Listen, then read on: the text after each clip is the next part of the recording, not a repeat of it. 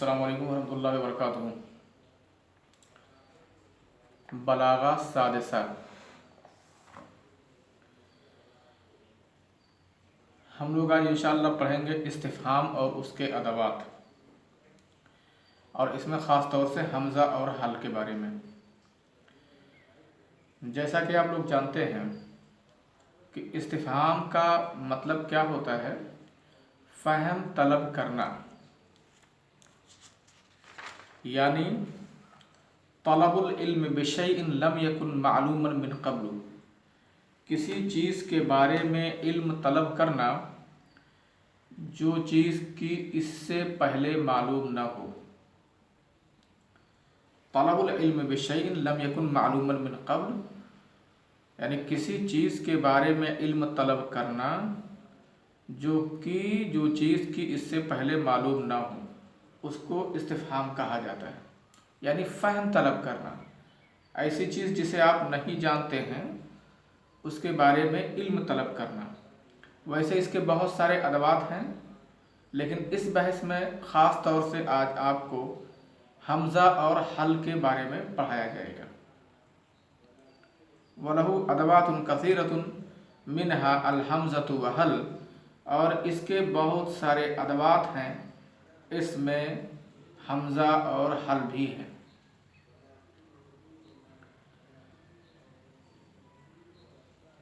अब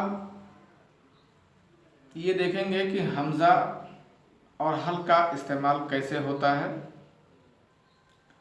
हमज़ा से दो चीज़ों में से किसी एक चीज़ को तलब किया जाता है, यानी हमज़ा के ज़रिए से दो मकसद हल होता है। नंबर एक तसव्वुर, नंबर दो तस्दीक। तसव्वुर क्या होता है? तसव्वुर है मुफ़रद के बारे में जानकारी, और तस्दीक होता है निस्बत के बारे में पता लगाना। तसव्वुर और तस्दीक। तसव्वुर का मतलब मुफ़रद के बारे में जानकारी हासिल करना, और तस्दीक का मतलब निस्बत के बारे में पता लगाना। मेरा ख्याल है ऐसे ये आपको बात समझ में नहीं आई थी। चलिए इसकी कुछ मिसालें पढ़ते हैं, उसके बाद समझने की कोशिश करते हैं। मिसाल ये है, अंतल मुसाफिर अम अखूका, क्या आप मुसाफिर हैं या आपका भाई। अमुश्तरिन अंत अम्बाई, क्या आप बेचने वाले हैं या खरीदने वाले। अशाइरन ज़राअत अम कमहन, क्या आपने जौ बोया या गेहूँ। अराकिबन जीत अम माशियन, क्या आप सवार होकर के आए या पैदल आए। अयौमुल जुमअति यस्तरिहुल उम्माल अम यौमुल अहद, अम यौमुल अहद, क्या नौकर जुमा के दिन आराम करते हैं या इतवार के दिन आराम करते हैं। आपने देखा, इसमें आपने देखा कि दो चीज़ों में से किसी एक की जानकारी तलब की जा रही है, और इसी को मुफरद की तायीन कराना बोलते हैं। अंतल मुसाफिर मखूका, यहाँ पता है कि मुसाफिर कोई है, सफ़र हुआ है, पर ये नहीं मालूम है अंता अम अखूका, आप या आपके भाई किसने किया है। तो इन दोनों में से किसी एक की तायीन मकसूद होती है। अमुश्तरिन अंता अम बाये, आप कुछ हैं, मुश्तरी हैं या बाये, दोनों में से कुछ है, उसकी तायीन मकसूद होती है। अशाइरन ज़राअत अम कमहन, क्या आपने जौ बोया है या गेहूं बोया है।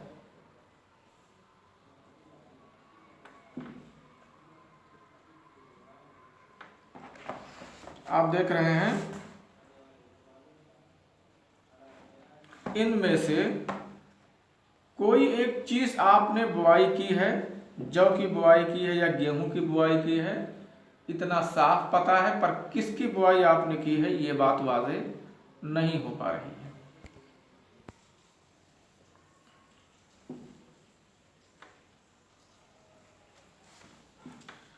तो आप देख रहे हैं कि यहाँ मुफरद की तायीन, दो चीज़ों में से किसी एक की तायीन कराना अगर मकसद हो तो उसको तसव्वुर कहा जाता है। दो चीज़ों में से किसी एक चीज़ की तायीन कराना मकसद हो, किसी एक चीज़ की तायीन को तसव्वुर कहा जाता है। तस्दीक क्या है? अयस्दउ ज़हबु, क्या सोना जंग आलूद होता है? अयसीरुल गमामु, क्या बदलियां चलती हैं? अततहर्रकुल अर्दु, क्या ज़मीन मुतहर्रिक होती है, क्या ज़मीन हिलती है? यहाँ ये पूछा जा रहा है कि सदअ की निस्बत ज़हब की तरफ की जा सकती है कि नहीं, यानी जंग लगने की निस्बत सोने की तरफ होती है कि नहीं, चलने की निस्बत बदली की तरफ है कि नहीं, बदली चलती है ना। ज़मीन हरकत करती है कि नहीं, हरकत करने की निस्बत ज़मीन की तरफ है कि नहीं।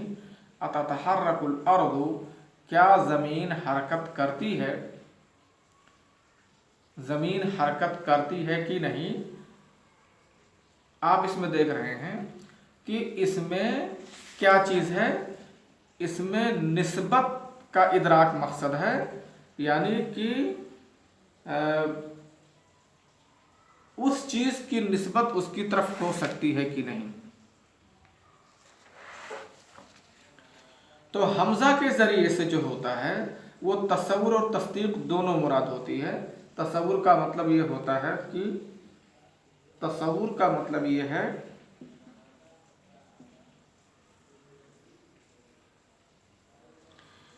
कि मुफरद की तायीन कराना, यानी दो चीज़ों में से किसी एक की तायीन कराना मकसद होता है। और तस्दीक का मतलब होता है निस्बत। लेकिन हल देखो, हल के ज़रिए से सिर्फ निस्बत की तायीन होती है। हल यअक़िल हैवान, क्या जानदार, क्या हैवान अकल रखते हैं। हल युहिस्सुन नबात, क्या नबातात के अंदर एहसास है।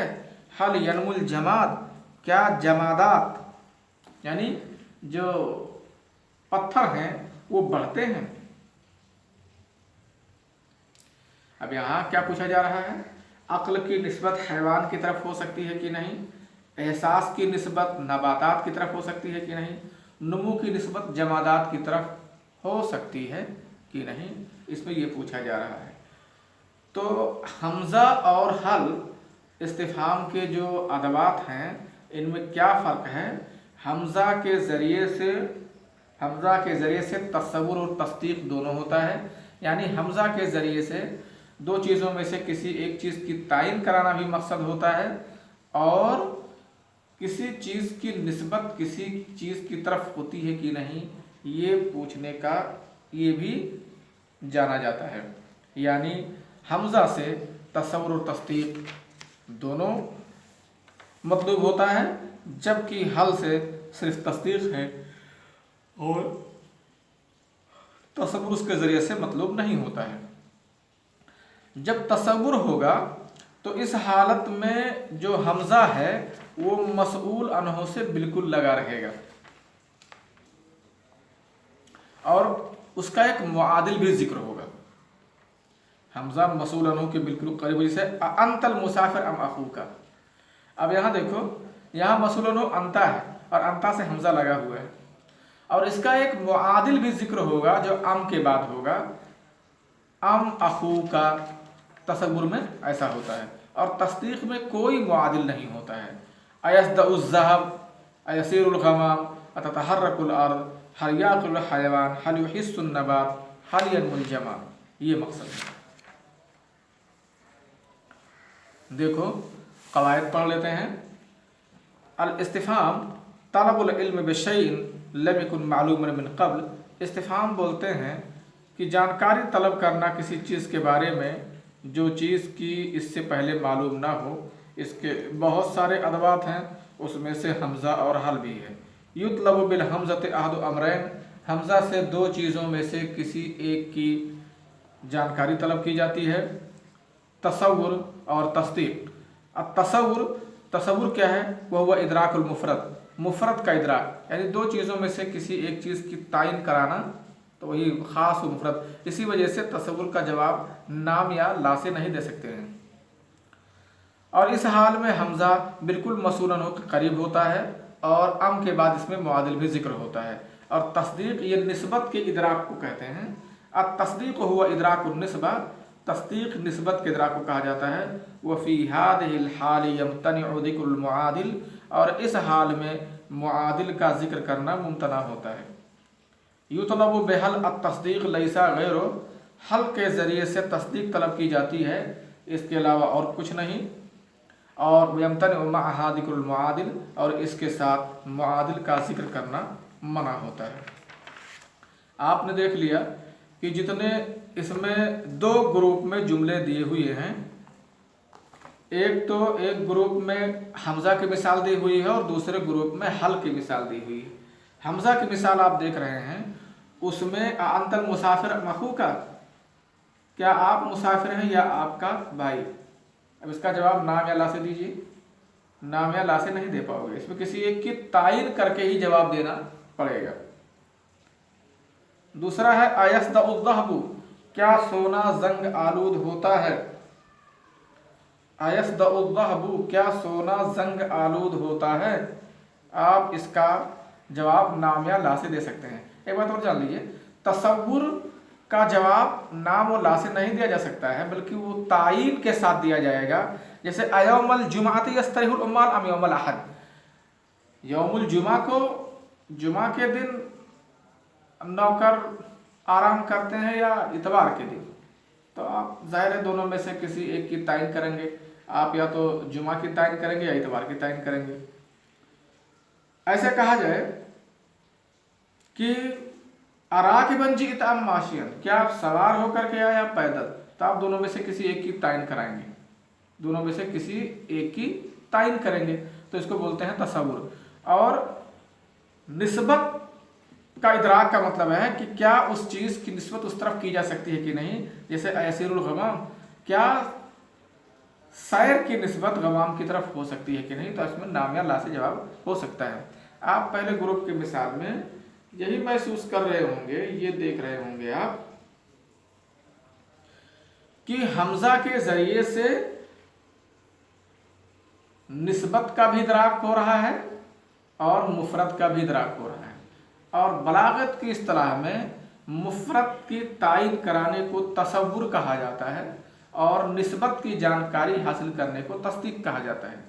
तो मुख्तसर तौर से हम ये कह सकते हैं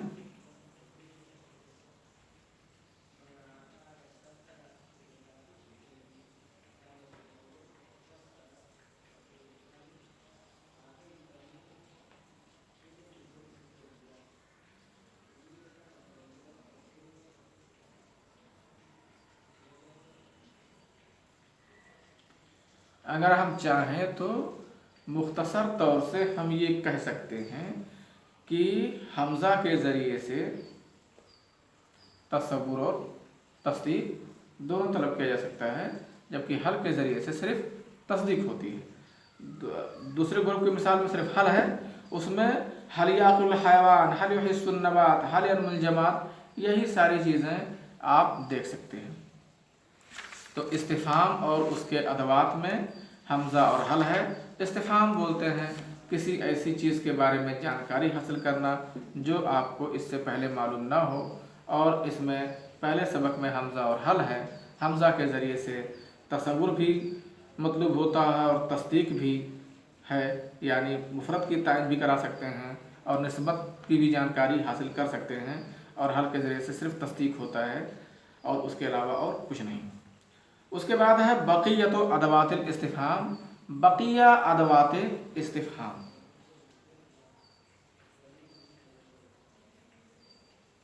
हमज़ा और हल के अलावा जो बक़िया अदवाते इस्तिफ़हाम है वो है मन है, मा है, मता है, अय्याना है,